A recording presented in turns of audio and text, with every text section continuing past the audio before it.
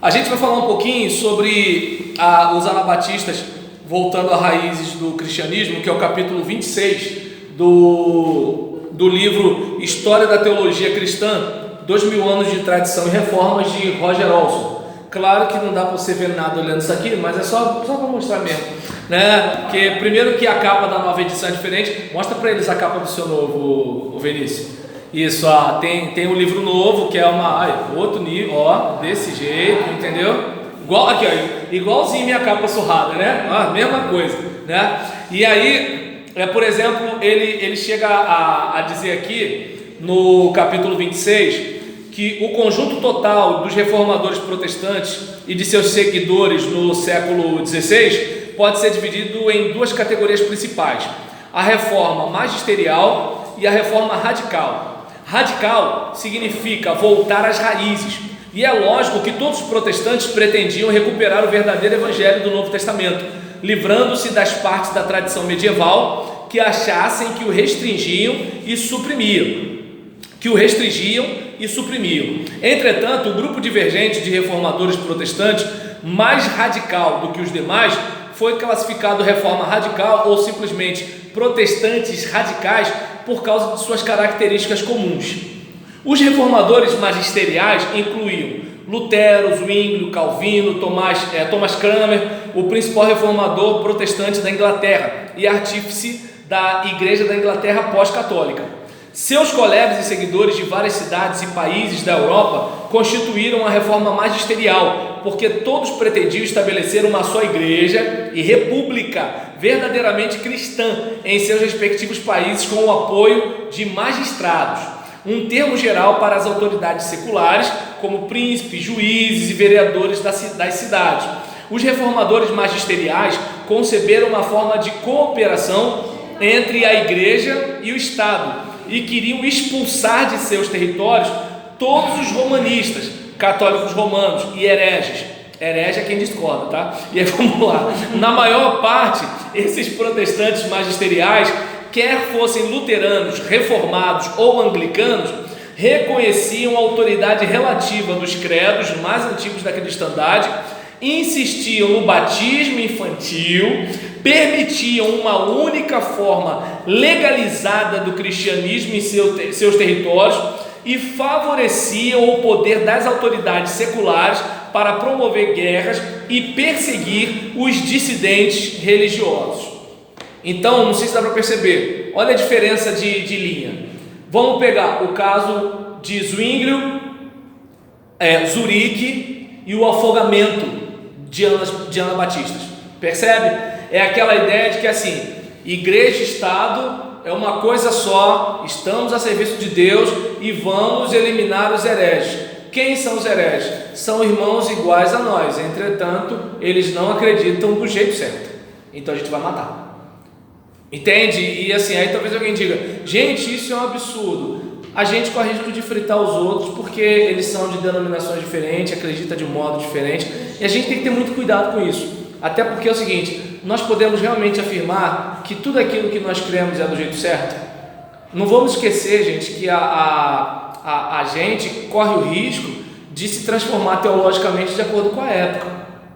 Então, é como, por exemplo, a gente, por enquanto, ainda tem uma treta, né, de que se o cara se suicidou, ele recebeu o pecado, ele recebeu a punição, né, eterna por causa de um pecado sem perdão. E aí o que acontece? Vamos lá, será que todos os irmãos que se suicidaram, será que realmente eles se perderam por causa de um ato? Então a nossa salvação, a gente pode pegar ela com o nosso esforço, mantê-la com o nosso esforço e perdê-la com pouco esforço? Estou pegando o caminho teológico, tá, gente? Então o que acontece? A Bíblia diz que a salvação não é por obras para que ninguém se glorie. Só que o que acontece? Eu pelo menos cresci com a igreja repetindo que o suicida não tem salvação. E hoje há um bom número de cristãos que tem dificuldade de pensar assim. Porque, peraí, você pode afirmar mesmo que aquele pastor ali não era homem de Deus, você pode afirmar que aquela irmã ali não era mulher de Deus, você pode afirmar que fulano de tal não era de Deus, e você acha que você, que está falando desse jeito, sem misericórdia, é você que é de Deus porque não se matou? Tá dando... Deu para entender? É um negócio interessante, porque eu costumo dizer que assim, o adúltero, ele cometeu um pecado sério, mas ele ferrou com a família dele. O fofoqueiro que falou do adúltero na igreja, ele ferrou com o adúltero, ferrou com ele, ferrou com a igreja dele, ferrou com o pastor dele, ferrou com tudo. Só que quantos fofoqueiros disciplinados a gente vê? E tem o fofoqueiro da calúnia e tem o fofoqueiro da difamação, né? Aquela questão assim, o cara falou uma coisa que aconteceu e tem o outro que falou uma coisa que não aconteceu, né? Mas de qualquer jeito ele assassinou a reputação de alguém, e detalhe, sem ganhar nada com isso. E aí o que acontece? A gente vai botando na balança, peraí, será que Deus ele vai ver do jeito que a gente vê? Né? Então aí você percebe que assim, hoje a igreja não pensa igualmente acerca desse assunto. Mas há 40 anos atrás era muito fácil todo mundo pensar de um jeito só, e tudo indica que daqui a uns 20, 30 anos a coisa vai ser diferente. E aí você, por exemplo, vê, alguns anos atrás a bola era o ovo do diabo. Tá entendendo? A televisão era o olho do diabo. Depois um monte de crente começou a querer fazer programa evangélico em televisão. Entende? Depois surgiram os atletas de Cristo. Olha o quanto assim às vezes a coisa acontece.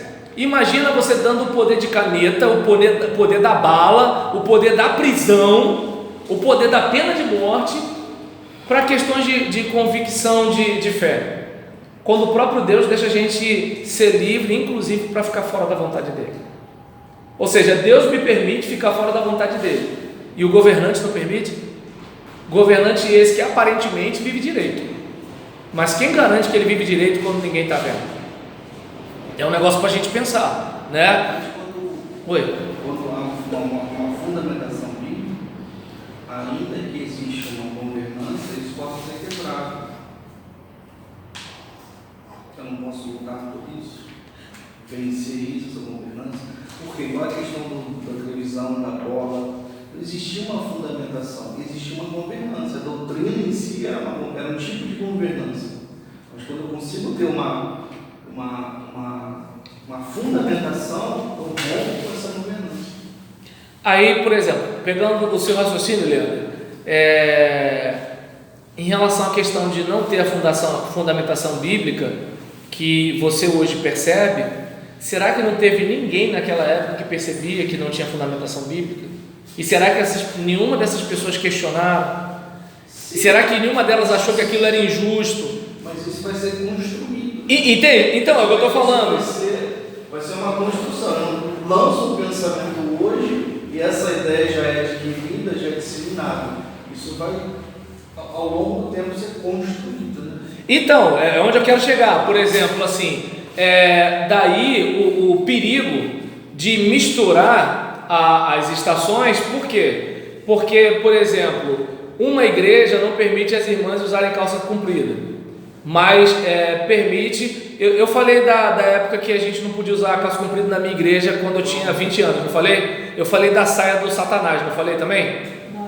Não falei? Então vou falar da saia do Satanás. Nessa época que a calça comprida era proibida, exatamente, que a calça comprida era proibida, opa, obrigado, eu vi você arrumando, eu reparei que tinha acabado a hora. Aí quando nessa igreja, né, que a calça comprida era proibida, e aí eu, por exemplo, tinha aquela saia que ela parecia um pano de prato, que as meninas amarravam assim, e que ficava assim, em volta. Pergunta a sua mãe. Isso, exatamente. Só que ela era uma mini saia, né?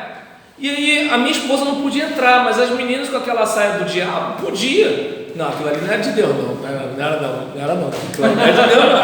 Aí nesse caso, não era de Deus mesmo. Aí nesse caso, por exemplo, aquilo podia. Aí eu pergunto, o problema era a calça comprida ou o problema era a indecência? Entende? Aí se batia na calça comprida em vez de se bater contra a indecência.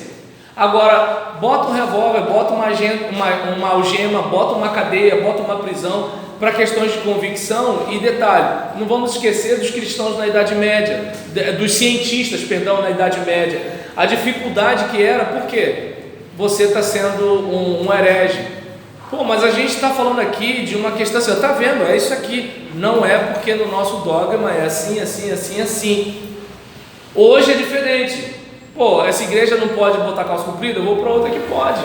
Tá entendendo? Então, agora, se virasse lei, como a gente tem alguns países aí de outras religiões que não a cristã, olha como é que é a vida das pessoas, elas são obrigadas a serem de um jeito só. Isso na vida, né? Então, nesse ponto, não estou defendendo os anabatistas, mas eu entendo que existem coisas que eles defendiam, que se não fosse a defesa deles, conforme o Leander falou daquela transformação paulatina que vai acontecendo, se eles não passassem pelo que passaram, talvez a gente não tivesse a Igreja Batista, entendeu? Porque assim, lembra, até Lutero pregar as 95 teses, teve o John Russ que morreu, né? Teve uma rapaziada que morreu, teve um monte de gente que sofreu, entendeu? Para quê? Para que a gente tivesse a reforma. Minha gente, vão na paz e não pequem mais, mas eu vou postar no YouTube, tá bom? O vídeo de hoje. Isso é